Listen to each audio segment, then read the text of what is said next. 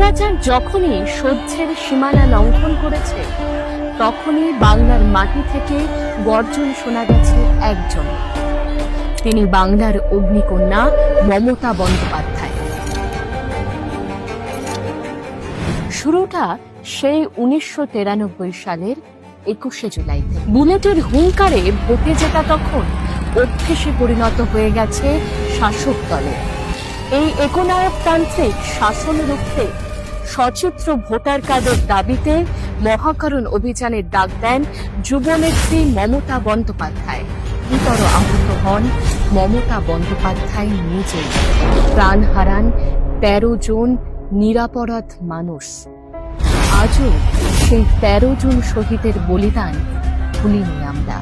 1993 থেকে 2024 স্বৈরাচারীদের মুখ হয়তো বদলেছে, কিন্তু তাদের বিরুদ্ধে লড়াই আমাদের থামেনি। 21শে জুলাই পথ দেখাচ্ছে আজও।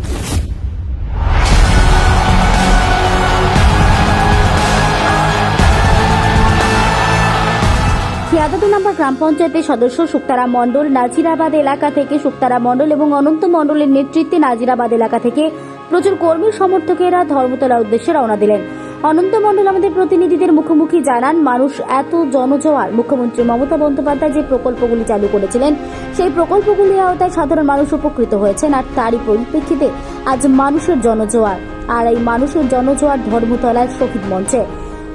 ধর্মতলার শহীদ মঞ্চে 21শে জুলাইকে সমর্থনকে পাথেয় করে মানুষের উচ্চে পড়া ভিড়। নমস্কার জানাচ্ছি। আমরা সোনারপুর উত্তর বিধানসভা আমাদের এমএলএ ফিরদৌসী বেগম এবং সাংগঠনিক প্রধান নজরুল আলী মণ্ডল, ওনাদের নির্দেশে আমাদের খিয়াদা 2 নম্বর গ্রাম 2 নম্বর বুথ থেকে আমরা প্রতি বছরই যাই। এবারেও আমরা সেইভাবে আগমন করেছি দিদির ডাকে, স্বয়ং মমতা ব্যানার্জির ডাকে। কারণ 21শে জুলাইটা বহুদিন থেকেই ঘটছে। হ্যাঁ, এটা অ্যাকচুয়ালি দিদির বার্তা শোনার জন্যে। দিদির যে 21শে জুলাই মমতা ব্যানার্জি, আমাদের মামাটি সরকার মানুষ, তৃণমূল কংগ্রেসের নেত্রী মমতা ব্যানার্জি যে 21শে জুলাই ডাক দিয়েছে, সেই ডাকে ধর্মতলায় চলো, মানে আমাদের যত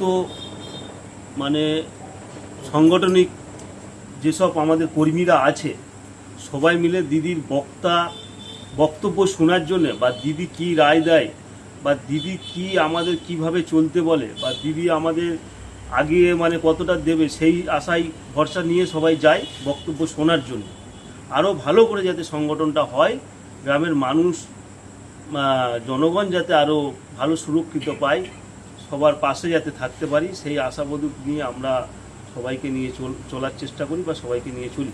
সোনারপুর উত্তর বিধানসভা আমাদের এমএলএ ফিরদৌসী বেগম এবং আমাদের সাংগঠনিক প্রধান নজরুল আলী মণ্ডল আমাদেরকে দায়িত্ব দিয়েছে। সেই দায়িত্বটা পালন আমরা সবসময় চেষ্টা করি ওনাদের কথা রাখার জন্যে। ওনারা যেভাবে বলে আমরা সেইভাবে চলি এবং সেইভাবেই চলবো সারা জীবন।